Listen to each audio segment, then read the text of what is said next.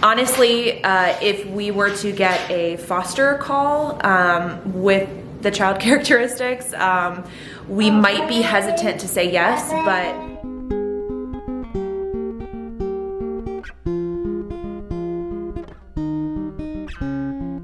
Hey Village, so I have the kids occupied right now doing some coloring. We'll see how long that lasts.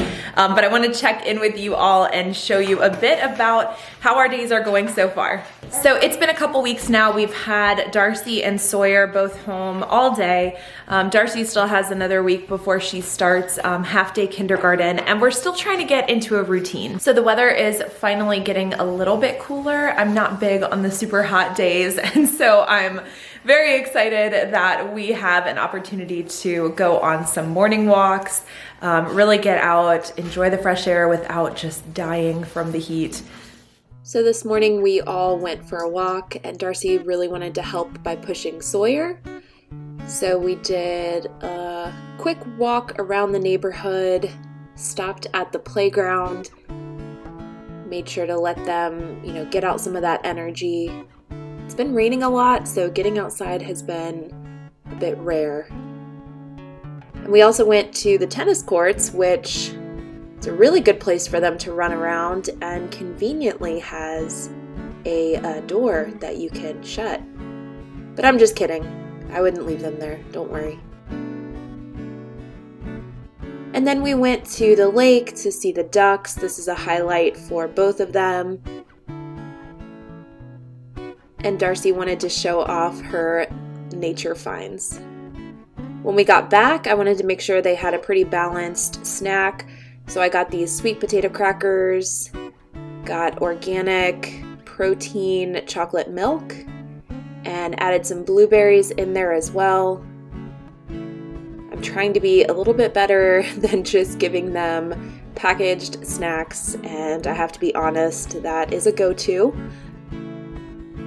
But if I can, I will take the extra time and put together something a little bit more balanced like this. And the kids really ate it up, absolutely loved it.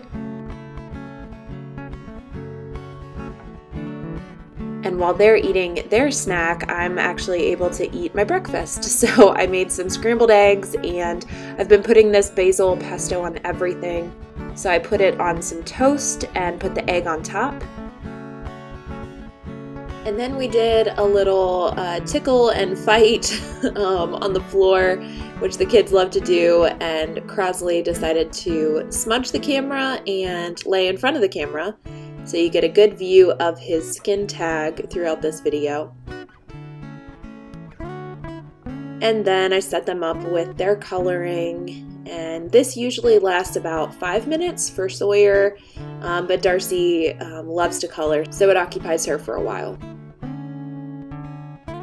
So in addition to really just trying to find a groove and trying to find a routine that works for all of us, because I still have a lot that I have to do, John has been super awesome. As soon as he gets home, he kind of takes over with the kids, which I'm sure is not easy for him, but he gives me that little bit of a mental break. And most days, honestly, unless I am rushing to get a video out, when they nap in the afternoon, I'm also resting, because I just need that very quiet recharge time. And so I am not ashamed to say that I am napping probably more than I have in a long time. But I do want to talk to you guys about something that came up this week, and it involves Kinship Care. And this is new for us.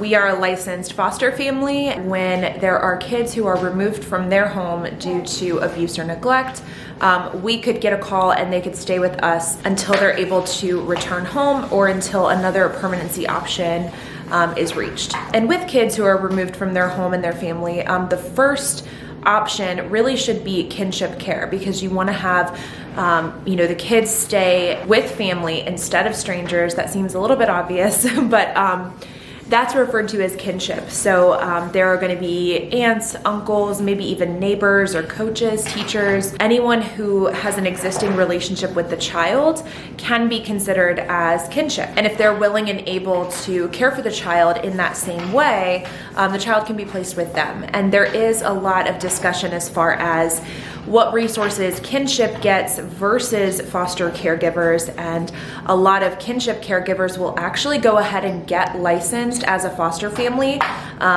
Typically it's going to be after the fact because they won't know that they need to be licensed until they already have a kid placed with them.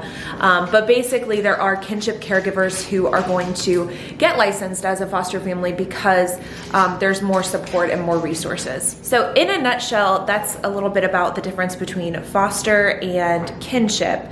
So foster is a stranger to the child, and kinship is going to be someone who they have an existing relationship with. And here's the tricky part. Once that child is removed, it's up to the county to determine where those kinship options lie. A lot of times it's going to be up to the parents to disclose, okay, there are these different people who might be open and able to care for the child, but they're in a state of crisis. Their kids are getting removed. There's a lot going on. And so they might not think of certain people. And a lot of people don't really want their whole community knowing that they're involved in foster care. And so what I'm saying is a lot of times there's probably kinship who is available, who would be a good option for those kids, but they aren't identified because they don't know. And John and I, on both sides of our family, we do have extended family members who have kids and who also might be struggling with different issues that sometimes can lead to kids being placed in foster care due to abuse and neglect. And while we are a licensed foster family,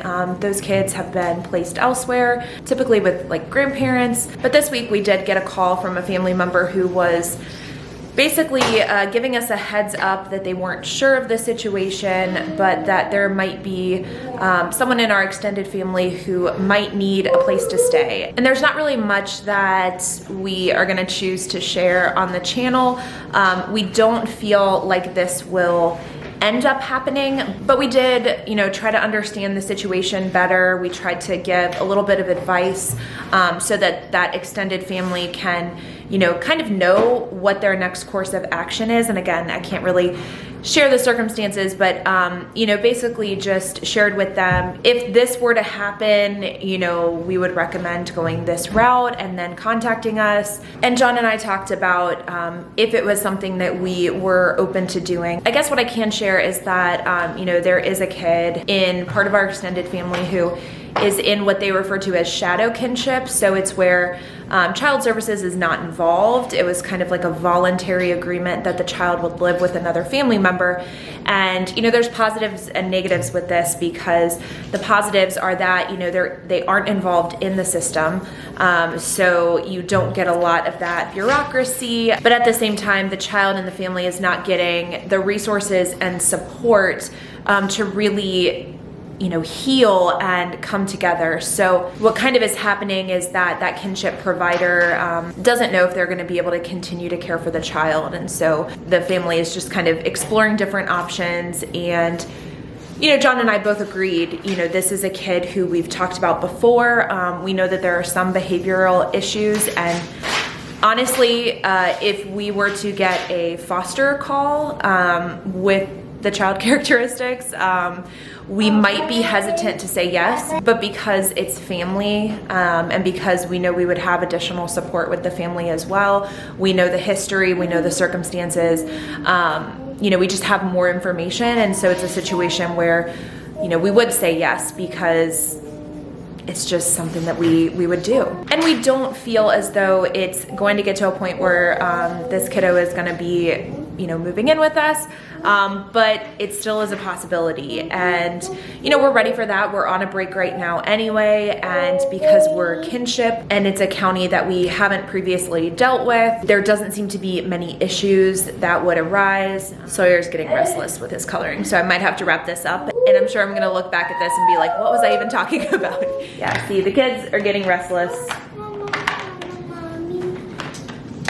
Sawyer decided yesterday to pull out all of the crayons and colored pencils and markers and dump them on the floor, so we have them all in a bag here. Sawyer's been in a little bit of trouble. He's big in trouble. Is he? But you're not in trouble, right? Wait. So I guess my point is, if you're not familiar with kinship, it's definitely a thing, and it also impacts foster caregivers as well. I think I mentioned that, there have been situations where we feel as a foster family and the training that we received that, some of the kids in our extended family would have been better off, placed with us because we had that training on being trauma-informed parents. But ultimately, you can't really step in when, the child is in a good home. They're in a home with a very close relationship. And so, again, there's no perfect answer, but that's where we are right now. And I think if you are a licensed foster family, make it known with your extended family that, if anything were to happen to, a member of your family, if you're open to it, let them know that they're welcome in your home. You will want to most likely make sure it's going through the Child Protective Services, and that's just my opinion. Again, there's pros and cons to doing shadow kinship versus when you get the system involved. But if you're looking to get support, I think that is the situation where you would want to, have Child Protective Services involved because there's a better chance that the services are going to help the child and the family as well. So I'm gonna go ahead and clean up this and get them started with lunch. I have some afternoon appointments that I have to tend to, so I don't know if this is a day where I get to nap, but fingers crossed.